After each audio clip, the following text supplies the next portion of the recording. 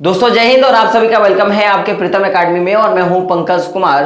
तो आज हम लोग बात करेंगे क्लास 10 का जो हमारा हिस्ट्री का सेशन चल रहा था, भारत में राष्ट्रवाद।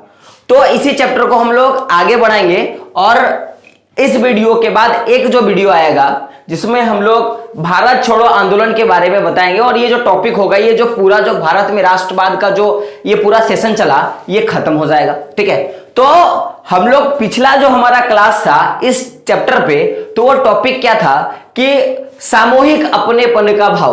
तो सामूहिक अपनेपन का भाव का हम लोगों ने टोटल 2 टॉपिक लिया था। एक में हम लोगों ने बताया था कि सामूहिक अपनेपन के भाव को पैदा करने के लिए कौन कौन से कारक जो है वो भाग लेते हैं, पहला बात।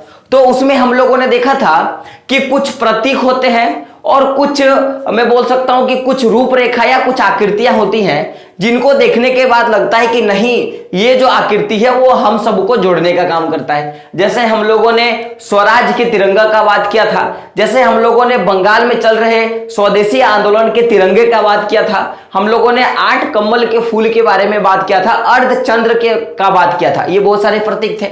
फिर हम लोगों ने देखा था कि लोक कथाओं के जरिए भी क्या कर सकते हैं कि हम अपने आप को एकजुट करते हैं।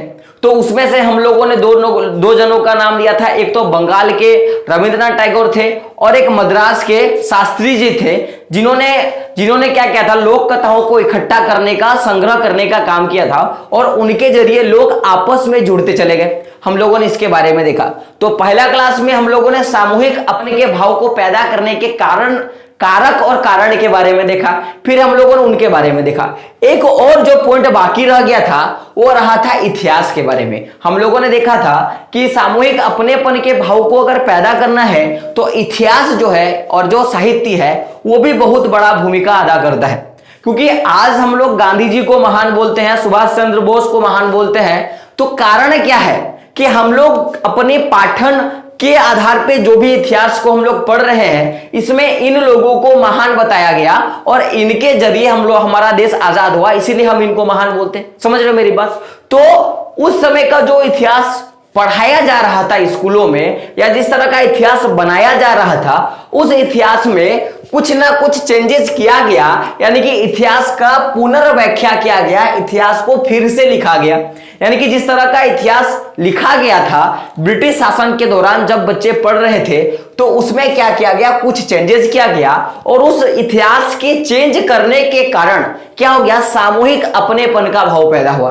तो समझिएगा मेरा बात कि राष्ट्र के प्रति गौरव का भाव, मैं क्या बोल रहा हूं, राष्ट्र के प्रति अगर गौरव का भाव जगाना है तो उसके लिए क्या करना पड़ा था कि उस समय 19वीं शताब्दी में जिस तरह से हम लोग अलग अलग समुदाय के लोग थे और हमारे सोच समझने की शक्ति अलग अलग थी, तो अगर सबको एकजुट करना था तो सबसे पहले चीज की हमारे जो इतिहास है उसका पुनर्व्याख्या करना पड़ेगा। तो राष्ट्र के प्रति अगर गौरव का भाव जगाना है तो हमें क्या करना पड़ेगा कि जो भारतीय इतिहास को जो अलग ढंग से क्या करना पड़ेगा, अलग ढंग से पढ़ाया जाना हो चाहिए, या मैं बोलूंगा होगा, तभी जाके हम लोग क्या कर सकते हैं कि अपने आप में राष्ट्र के प्रति हम लोग गौरव का भाव पैदा कर सकते हैं। तो आखिर एक क्वेश्चन आपके मन में आया होगा कि सर आखिर क्या इतिहास लिखा गया था ब्रिटिश शासन काल के दौरान और क्या इतिहास को हम लोग चेंज करना चाहते हैं। अभी हम लोगों ने देखा कि हमारा जो इतिहास जो लिखा गया, उस लिखा हुआ इतिहास को हम लोग क्या करेंगे, फिर से लिखना ही क्या कहा जाता है, इतिहास की पुनर्व्याख्या, यानी कि पुनः लिखना, पुनर्व्याख्या। तो अंग्रेजों ने जो इतिहास लिखा और जो इतिहास उन्होंने स्कूलों कॉलेजों में पढ़ाना शुरू किया, वो क्या कि भारतीय पिछड़े हैं और ये आदिम लोग हैं, यानी कि लोग जंगली लोग हैं, और साथ में उन्होंने बोला कि भारतीय जो लोग हैं वो अपना शासन खुद नहीं चला सकते।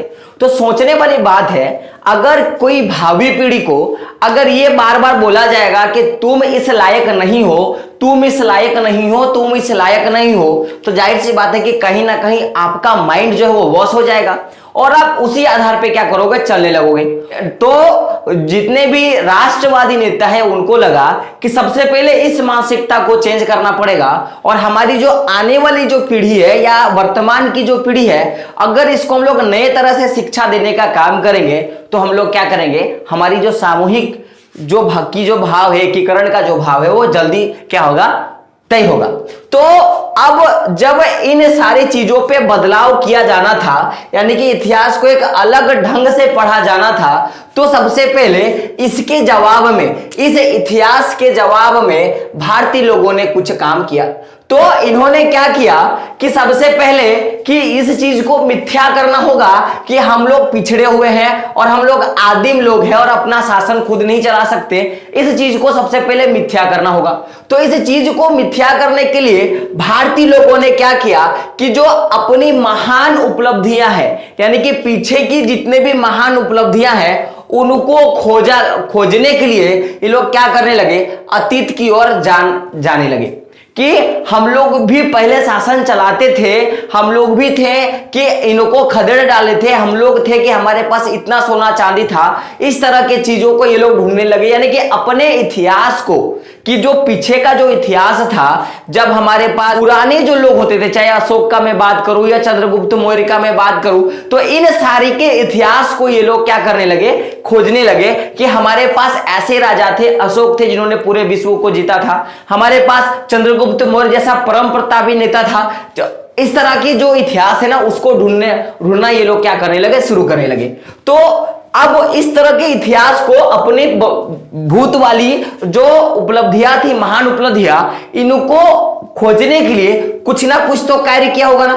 तो ये कार्य क्या किया, उस समय जो हमारी गौरवीय प्राचीन युग थी, जो पीछे का जो हमारा प्राचीन युग था, उसके बारे में इन्होंने क्या किया, लिखना शुरू किया। सबसे पहला कार्य क्या किया कि जो हमारा पीछे का जो इतिहास है उसके बारे में इन्होंने क्या किया, लिखना शुरू किया। तो अब लिखने के लिए ये लोग किन किन चीजों पे गौर करते थे, पहले समझिएगा कि इन्होंने क्या लिखा कि जब हम लोग पहले की, जब हमारी कला और जो हमारी वस्तु शिल्प कला थी वो कैसी थी और अभी की कैसी है, यानी कि हम लोग उस समय जिस तरह का वस्तु का निर्माण करते थे और जिस तरह के वस्तु शिल्प कला का निर्माण करते थे उसके बारे में इतिहासकारों ने लिखा। इतिहासकारों ने अपने जो विज्ञान के बारे में और जो गणित के बारे में उसके बारे में लिखा। आप लोग जानते हो चाणक्य के बारे में, है ना, हम लोग आर्यभट्ट के बारे में जानते हैं। तो इन सारी चीजों के बारे में लिखना शुरू किया। तो कला और वस्तु शिल्प कला के बारे में लिखना शुरू किया, विज्ञान और गणित के बारे में लिखना शुरू किया, धर्म और संस्कृति के बारे में लिखना शुरू किया, कानून और दर्शन के बारे में लिखना शुरू किया, और साथ में हस्तकला और जो व्यापार चल रहा था उस समय पुराने जमाने में, यानी कि जब ब्रिटिश सरकार शासन नहीं कर रही थी, तो उस समय के बारे में क्या किया, लिखना शुरू किया। जब हम लोग क्या कर रहे थे कि इन सारे क्षेत्रों में हम लोग फल फूल रहे थे, यानी कि कला के क्षेत्र में, वस्तु शिल्प के क्षेत्र में, विज्ञान के क्षेत्र में, गणित के क्षेत्र में, धर्म और संस्कृति के क्षेत्र में, कानून के क्षेत्र में, और साथ में दर्शन यानी कि साहित्य के क्षेत्र में, हस्तकला और साथ में व्यापार के क्षेत्र में जब हम लोग फल फूल रहे थे उसके बारे में लिखना शुरू किया।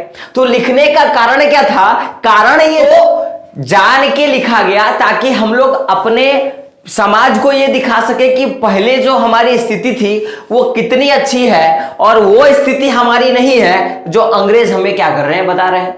तो समझिएगा कि इस युग को आखिर जो हमारी जो प्राचीन जो गौरवीय जो प्राचीन युग थी उसके बारे में लिखने का बस यही कारण था कि इस गौरवीय युग के पतन के बाद, हम लोग बोल सकते हैं कि इस युग के पतन के बाद का जो समय आया, उस समय के बाद क्या हुआ कि भारत गुलाम बन गया। तो कारण क्या था कि हम लोग फल फूल रहे थे और अंग्रेज आके क्या कर दिए, हमें गुलाम कर दिए। तो गुलाम होने से पहले की जितनी भी सारी चीजें हैं, अगर हम उसको हमारे समाज के सामने ले आते हैं तो क्या होगा कि समाज में वो एकजुटता बन जाएगी कि भाई हमारे बाप दादा थे, जो हमारे पूर्वज थे, वो कैसे रहते थे, उनके पास एकता थी, उनके पास यूनिटी थी और हमारे पास नहीं है। तो उस यूनिटी को, यानी कि मैं बोल सकता हूं कि एकता को बनाने के लिए क्या किया गया कि इतिहास की पुनर्व्याख्या की गई। तो अगर कभी क्वेश्चन आएगा कि इतिहास की पुनर्व्याख्या का क्या कारण था, तो कारण आप लोग यहां से लिख सकते हो कि कारण यह है कि अंग्रेजों के नजरिए में भारतीय लोग क्या थे, पिछड़े थे और ये आदिम वर्ग के लोग थे और ये अपना शासन खुद नहीं चला सकते। तो इस चीज को बदलने के लिए क्या किया गया, इतिहास को लिखा गया। और इतिहास को लिखने के लिए, इतिहास के पुनर्व्याख्या करने के लिए भारतीय लोगों ने क्या किया कि जो अपनी प्राचीनतम जो उपलब्धियां हैं उसको क्या किया कि उसको अतीत में जाकर खोजने का काम किया। और उसके लिए उन्होंने क्या किया कि अपनी कला को, अपनी वास्तुशिल्प कला को, विज्ञान और गणित को, धर्म और संस्कृत को, कानून और दर्शन को, और हस्तकला और व्यापार के उस समय के दौर पे गए जब ये सारी चीज भारत से फल फूल रहे थे, और उन सब के बारे में क्या क्या लिखने का काम किया। यहां तक तो बात क्लियर है कि किन कारणों के कारण इतिहास की पुनर्व्याख्या की जानी थी। अब हम लोग देखते हैं कि आखिर हम लोगों ने ये जो सामूहिक एकीकरण की भाव के बारे में देखा, तो इसमें लोगों को एकजुट कराने के लिए कुछ समस्याएं थे कि चाहे हम लोग बात करें कि सामूहिकीकरण के भाव लाने के लिए, चाहे हम लोग बात करें लोक कथाओं के पुनर्व्याख्या के बारे में बात करें, पुनर्जीवन के बारे में बात करें, प्रतीक और चिन्हों के बारे में बात करें, और इतिहास के बारे में बात करें, तो इन सब के पुनर्व्याख्या के बाद या इन सब को फिर से लिखने के बाद, इनको बनाने के बाद भी क्या हुआ कि लोगों में एकजुटता की समस्या आई।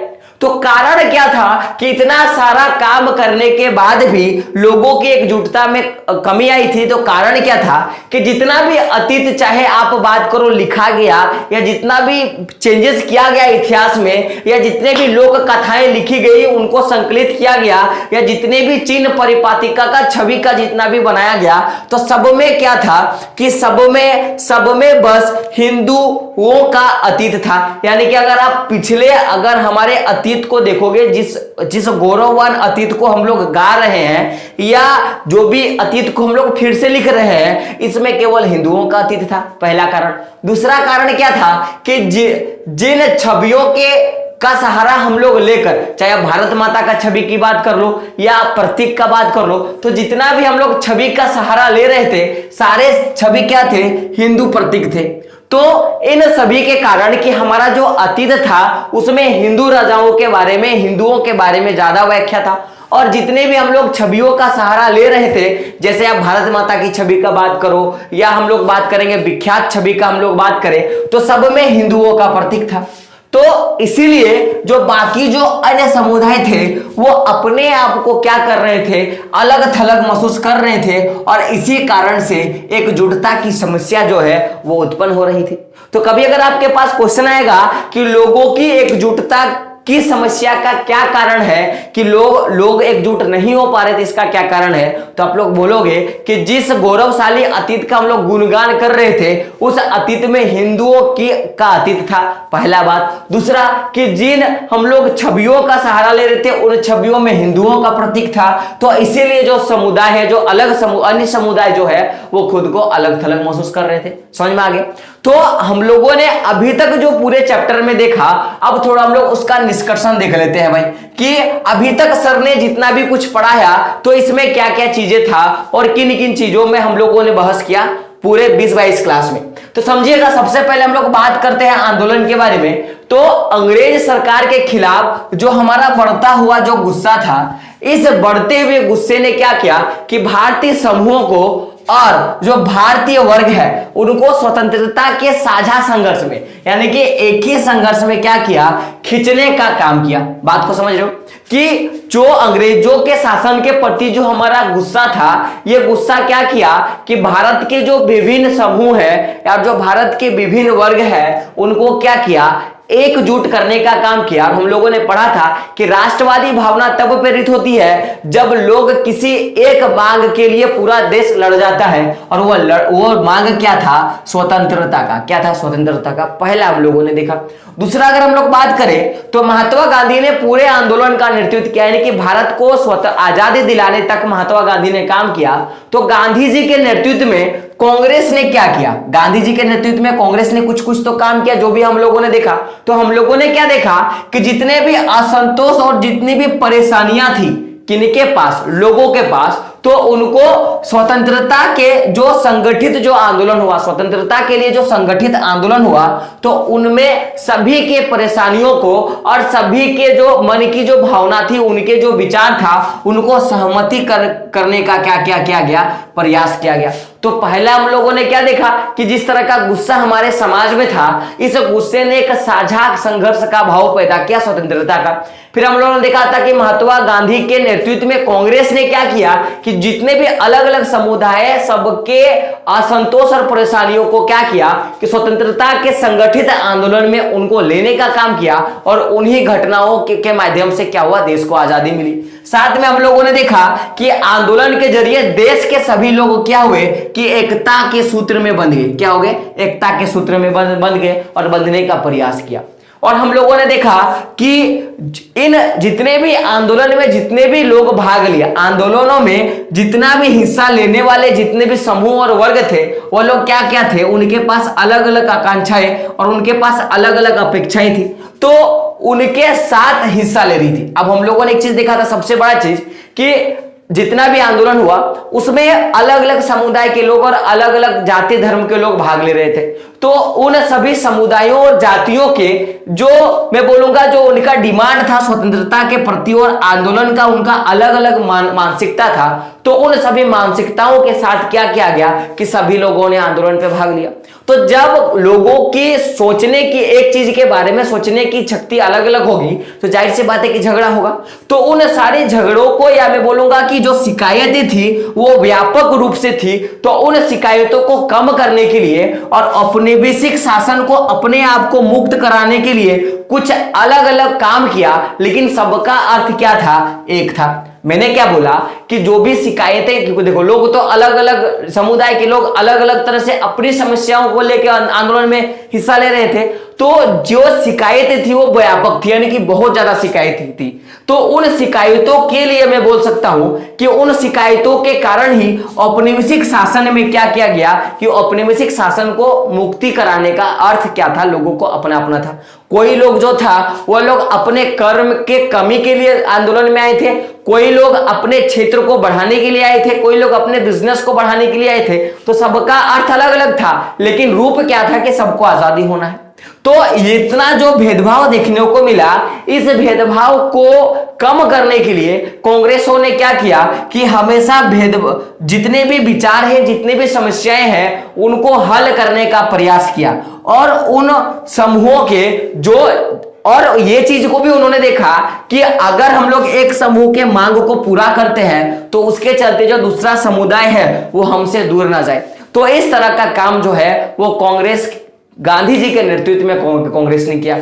तो सबसे मेनली जो काम था ये दो था मेरे हिसाब से, कि सबसे पहला चीज कि जितने भी लोग हैं वो समुदाय, जितने भी लोग आंदोलन में भाग लिए वो अलग अलग समुदाय से बिलोंग करते थे, और सबका क्या था, अपना अलग अलग मांग था।